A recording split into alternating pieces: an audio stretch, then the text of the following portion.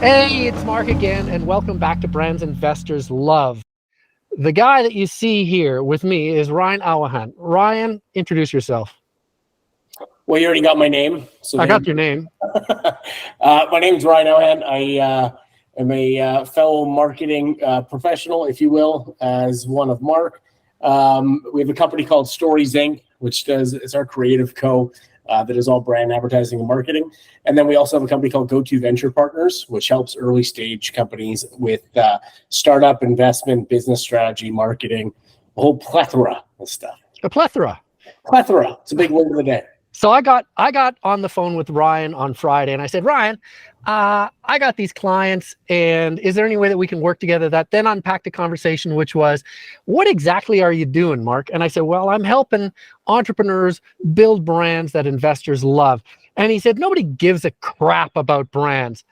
And Ryan is a brand guy, and he was poking me, and I said, well, and I said, okay, here's what people don't give a crap about.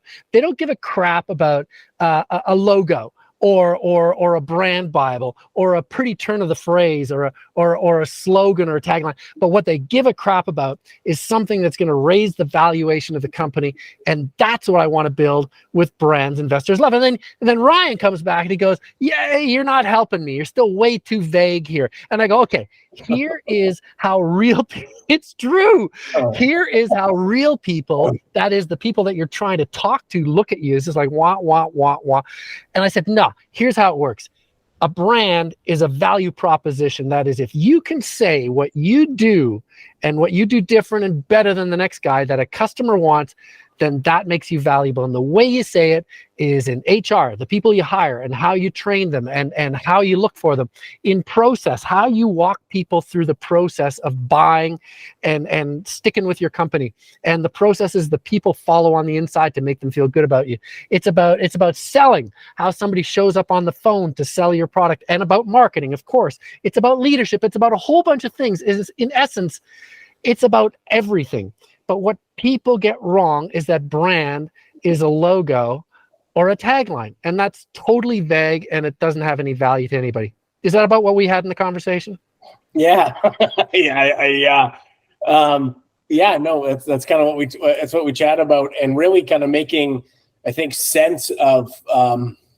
It's easy for us creative folk to get wonky and into the weeds on the technicalities and the nuances, but people that run these companies, starting companies, looking for investment, people that are trying to sell, people that are trying to do things at scale, they want efficiency, they want standardization. And I think if we kind of got into that, is what is more their language, less marketing, and what we do will become of that much more value, become that much more apparent, because it's just ideas and colors. It's totally ways of thinking being active.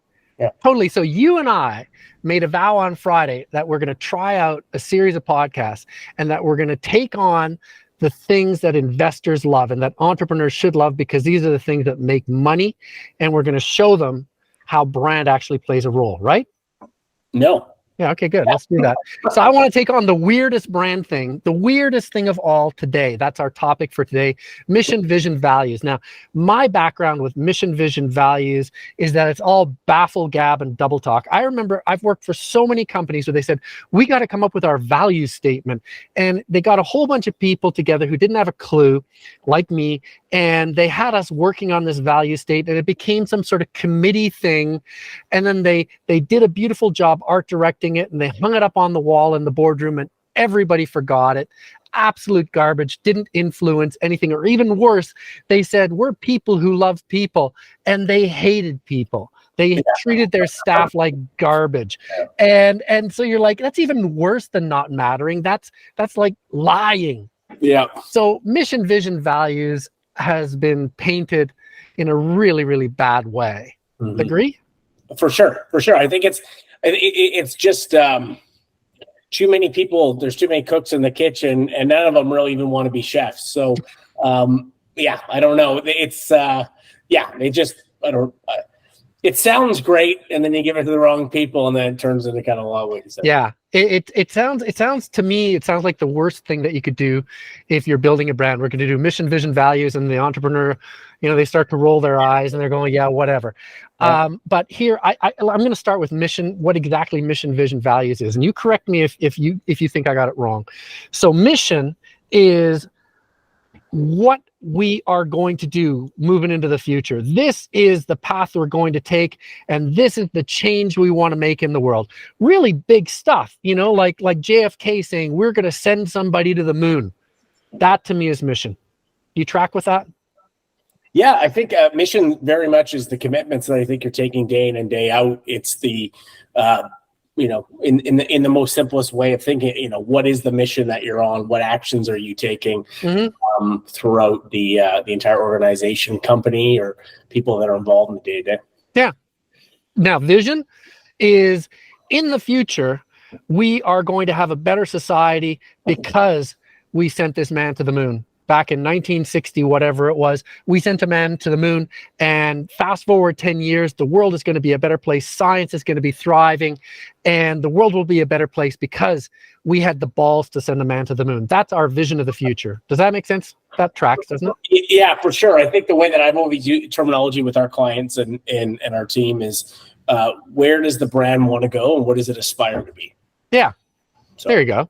Yeah. And then values, oh my God, the experiences I've had doing values, love. And I'm like, as opposed to what? You value love as opposed to what? Yeah, what am I going to do with that? Yeah. So I always say to people, phrase your values like action statements. If somebody puts money in an envelope on the table, we will never take dirty money. That's a value. For sure. If it comes down to hiring somebody who has a great resume or somebody who has a so-so resume whose dad is part of the company, we will always hire the great resume first. Okay, so no cronyism. Great, I get that. We will always go the extra step to make our customers happy. Nordstrom, right? We will do whatever it takes. If it loses us money, we don't care. To me, that's a great value. For sure.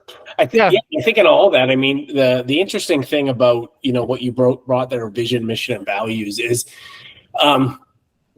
the way I kind of look at it is I don't think everyone needs to be involved in the conversation. And I think there's different roles and different parts where they can't be. So when it comes to the vision side of where we're going, the big idea, the direction, really the smaller the better, and those key stakeholders are there.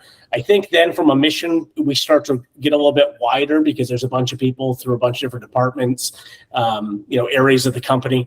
And then from a values point of view, this is something that I actually feel that a lot can not necessarily completely be in, you don't need the whole locker room there, but it's nice to get a good mix from HR to sales to marketing to what have you, where we start to see if it's consistent, where you and I may have an idea of commonalities and what our values are. But when we look at the team, it's like, well, not all of that fits.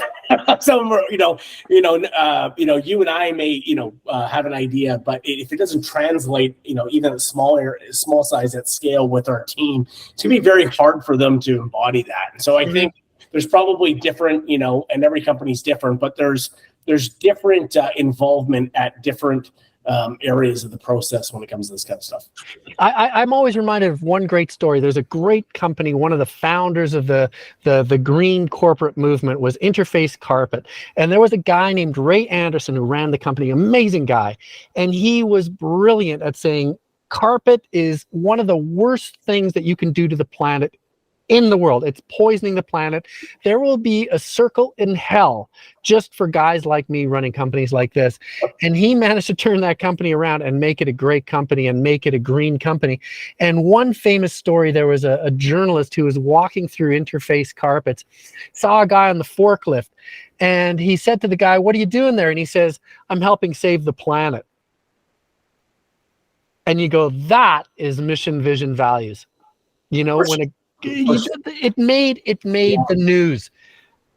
Again, and for every company is different. And I think the process around this, it really shows, kind of the BS, meter within your company. Is that, like, for some people, a slogan, a tagline, an idea, when they believe it and they embody it and they feel it, it becomes almost this subconscious thing, but they're very much connected to it.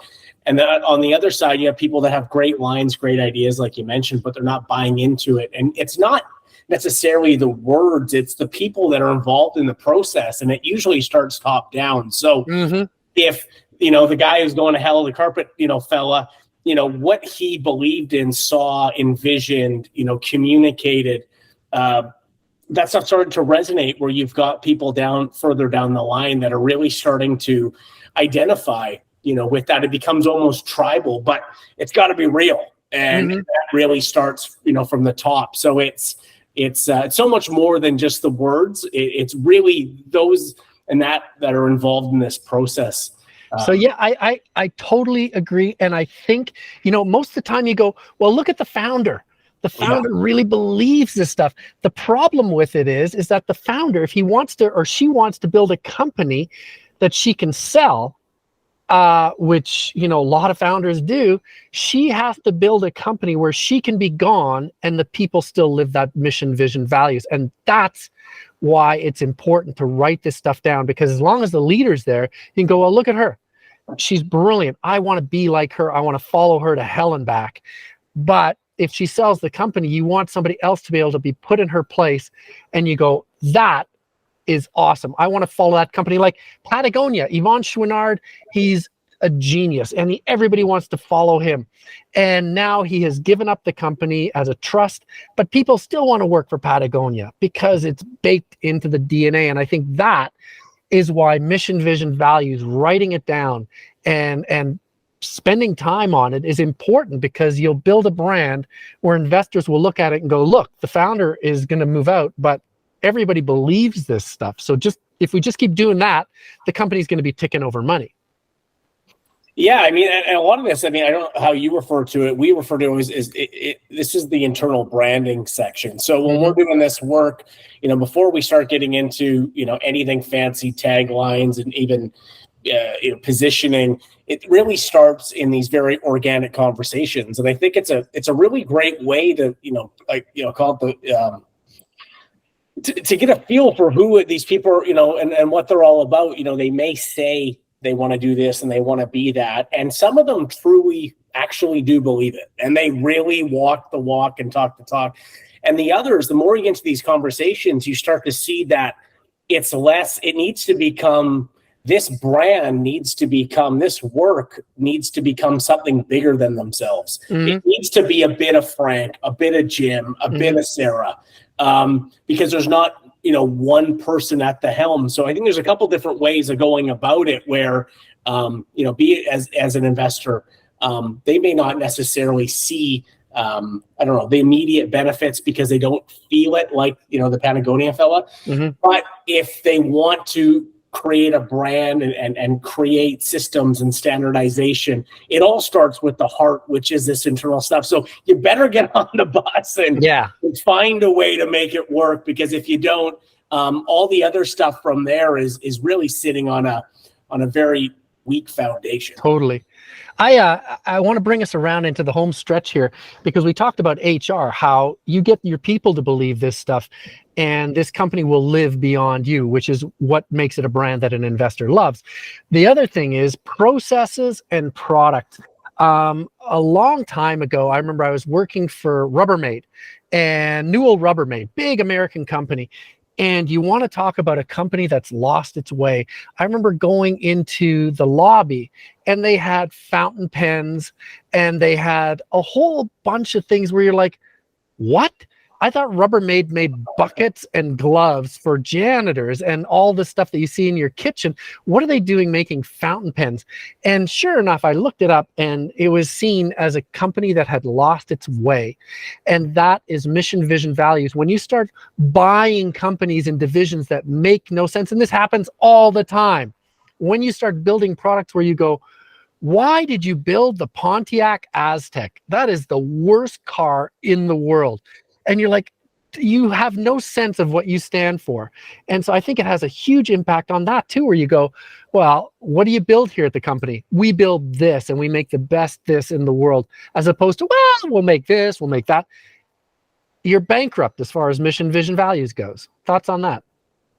Yeah, and again, kind of just bringing it back down to, self-awareness. Like, the same way that you come across an individual and every time you see them, they're dressed different, or they've, just like these things that, I think at the helm, there needs to be an overarching direction, no different than if it's a great film. There has to be, there's a ton of people around the writing table. There's one or two that have the final say. And I think what happens in the situations like that is it may make sense from a dollars and cents point of view. Here's an opportunity, this could maybe kind of fit product mix wise, but there's no one at the helm, at the writing table and saying like, no, we can't, like a clown can't just drop out of the sky.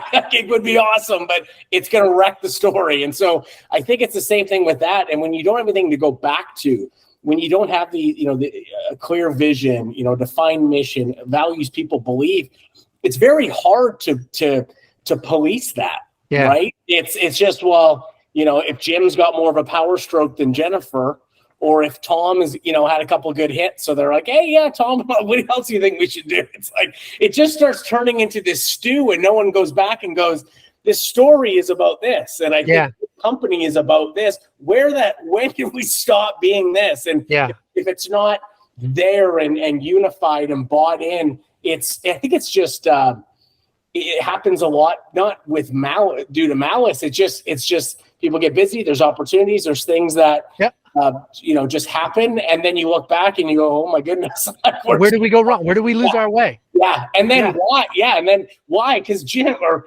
that guy, they fired him like 6 years ago. Like he was in. Marketers are famous for that. They come in, they've got a bunch of gusto. They go, we need to, change the packaging. They somehow get it across the line. They're like, I'm out. And they go on to the next ship, and it's just ridiculous. Who's saying, no, we got to stop this. We got to stop this madness. And if you think about it, I read a stat the other day that CMOs now last in big corporations an average of 6 to 12 months. Yeah. No wonder they're schizophrenic. Yeah, and again, for these people that are, especially when they're reaching out to, leaders such as ourselves that are coming in, I really believe it's not our job to really tell them anything. I think it's our job to bring things to light. I think it's our job to stir up conversation. I think it's our job to be objective and call BS when we call BS. Yeah. So that we can start to, look at, what this thing, could be, think outside themselves. A lot of this creative process, especially when you're working with companies that are, startups, we've had our hands in a bunch. And one of the owners or one of the main partners, however, it's titled, they may have they just love X, but the business is Y, but they love X. And so it's so important that you've got, people such as ourselves that can come in and just ask like, hey, I don't hate X, I don't, but like, I think we're playing baseball and this is hockey. And so again, it's sports, but it's different. And so that's why, that's this kind of work and these kind of just, again, not telling anybody anything. It's just asking the question and really helping these owners and these people with great visions and big ideas to somehow try to simplify it and try to create a little bit of clarity, which is the reason why at the top of the call we talked about language. It's like we don't need to come at it we may be arriving at a mission, we may be discussing the importance of values or where this brand business thing could be. But I think if it's less about the terminology, it's more about just asking these conversations. It can result in that and go, well, we just determined your vision. We did, by just having a conversation. Yeah, exactly. So bringing it home, mission, vision, values. Don't let a copywriter do it for you. Don't hang it on the wall. Mission, vision, values is as core as who you hire, how you train them, the processes you follow, the products you create. Let's not even get started on sales and marketing, but it's core there. But that is absolutely important, because if the founder has a mission, vision, and values, and that founder goes away because of a sale of the company, that mission, vision, values needs to live on after they're gone. It builds a stronger company. So there you go. And that's the moral of this story. Ryan, how'd we do? You think we did okay? We should do another. Let's do another one. Let's do another one next week. Okay, buddy. I'll talk to you later. That was great, Mark. Thanks, man. See ya. Ciao.